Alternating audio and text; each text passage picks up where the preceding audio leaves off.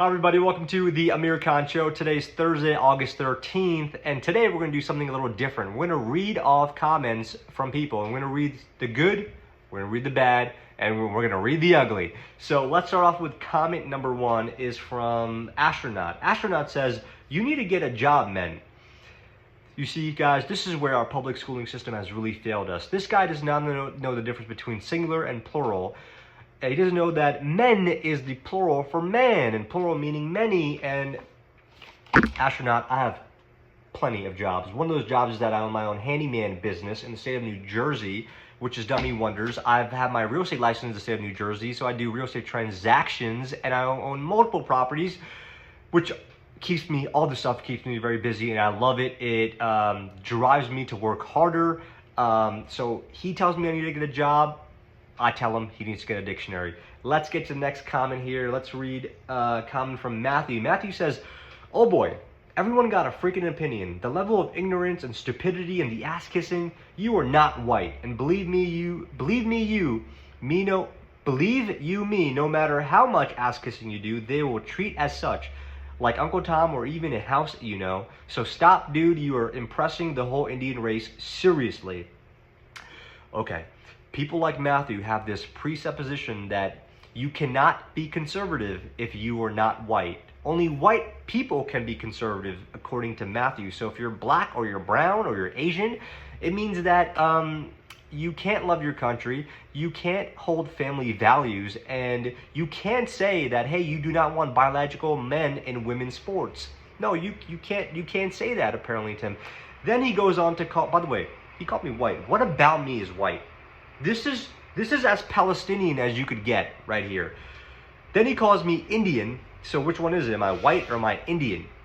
Now, I love my Indian brothers and sisters. I think they're incredibly smart, but I will tell you, I do not like working for Indians, and here's why. I get plenty of calls and I have to reject them because this is how they typically go. I say, okay, it'll be $500. They'll say, okay, no, $350, and I'll say, no, $500. They'll say, okay, we'll go somewhere else. Then they'll call me back the next day and say, okay, $450. Can you do $450? I'm like, no, $500. They'll say, okay, $475. And I'm like, no, $500. We miraculously come to an agreement of $500. The job is done. Then they'll say, can you give me a discount? Can we do $450? Can you give me 10% off? I'm like, no, we agreed to $500. I'm not giving you a discount. So to all my entrepreneurs, always collect 30 to 50% up front. So get that up front, then get the second payment when you're halfway done through the job, then the final payment when the job is finished. That is a nice little trick that I've learned over the years of being an entrepreneur. And work hard and be honest with your work. So, all right, let's go to the next comment here.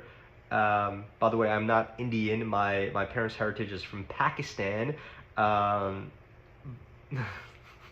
Okay, let's go to Stargirl. Stargirl says, "I've been begging my husband for us to move since I live in Michigan, but he's not afraid of them." So Stargirl is referring to a video I made a few days ago about how there's an enclave of radical Islamists in Michigan that have created their own territories in Michigan. They've taken over schools. They've created hundreds of mosques all over the place. So when you wake up at 4 o'clock in the morning, not because you naturally want to wake up, it's because you're being woken up to this alarm that's going on, this prayer that's going on when you're like, hey, I don't want to hear this shit. So that's what Stargirl is referring to, and she says that she's begging her husband to move, and he's like, I'm not afraid of them. Look, I understand this. Like, many families are in these positions where they've bought a house or they're in an area that they've grown up in and that have been taken over by radical Muslims. I live in Jersey City, and I can tell you it's been taken over by radical left-wing liberals, okay? And everywhere I go, everything is expensive. Matcha costs $10. And of course, you don't want to move, but I think sometimes you have no choice. You're just being pushed out because, and likely, look at the bright side, there is some positivity in moving to another area. But of course, not everybody has that luxury of just saying, I'm going to pack my bags, I'm going to move, because you have family, you have friends, you have a business potentially in that area, and you don't want to move. Those are where your roots are. Okay, let's go to the next comment. Lance D says, if you don't think we have a problem, talk to people from the UK. They will give you a mouthful. Lance is also referring to a similar video I made about the Muslim takeover in Michigan, not just Michigan, but also in Texas. And if you look at what's happening in Michigan, they've nominated Abdul al-Said, who is this radical left-wing Muslim who wants to talk. I don't know what he is. He's some gay theater kid the first day. Then the second day he's a doctor. The fourth day he's a football player and a Blue's Clues character. His whole platform is, look at me, I'm like Zohar Mamdani, I'm very nice, but I've married my cousin and I want radical Islamist policies, and I want to give you Medicare for all if you let me take over your country. That's pretty much Abdul al-Said. So be careful of these con artists. That's what they are. I don't trust them, I don't like him, and I think his policies are terrible. Vote for Mike Rogers if you're in Michigan. Okay, let's go to the next comment here. My friend Tom says, I think you should read more than just the headline. While I agree the prices are going up in Manhattan alone, that's not due to Mamdani, and he is not one of the landlords that sets the prices. Okay, I love Tom. He is a rocker. I've seen him perform in person. He really knows how to hit that guitar.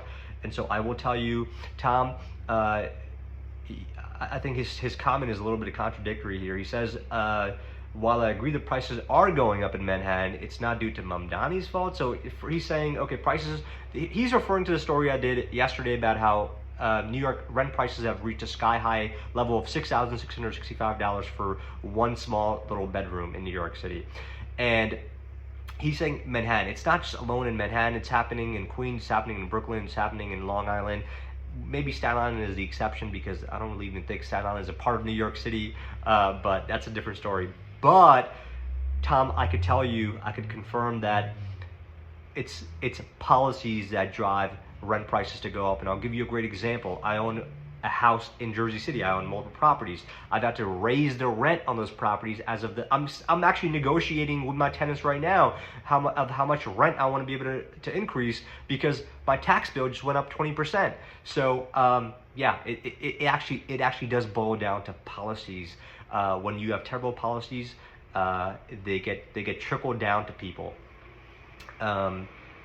Okay, now let's go to another comment here from Julian RPE. Julian is an incredible person. I have tremendous respect for Julian. He's actually been on the podcast, and he's also been over my house. We saw the 2024 general election debate together, and I can't believe after he saw that debate, he still thought that Joe Biden was a good candidate to vote for.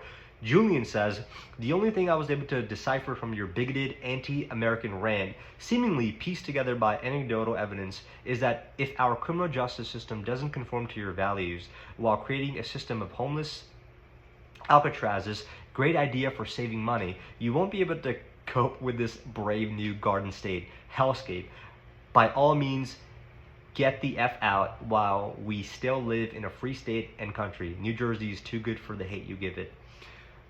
Julian, I love the state of New Jersey. It's done me wonders. I have family, I have a business, I have many relationships in here that I want to keep, but the state of New Jersey is driving people out, and just look at the data.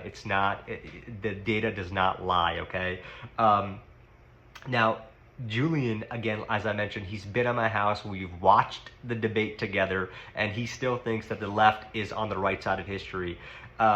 Julian is for legalizing all drugs. Like, he's like, okay, let's do what we did in Portland. Let's legalize all drugs. Let's have safe spaces for them to use. We've seen that it does not work. This is a terrible, terrible policy. We will have drug dealers and criminal drug addicts all over the place in our state if we legalized all drugs. This is a terrible, terrible policy. And all I'm saying, Julian, is we should enforce the law, which we've written. So if you don't like the laws, change the laws, but don't break the laws. So that is ultimately what I'm getting at.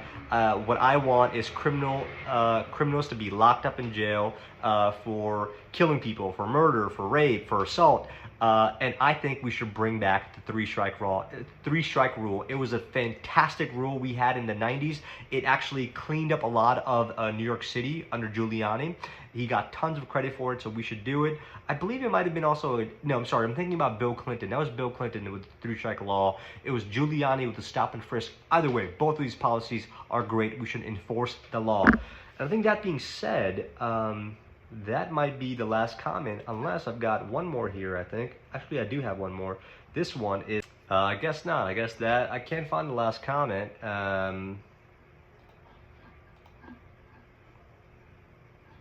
So I guess that will be it, guys. Thanks for watching. I'll catch you guys on the next one. Later.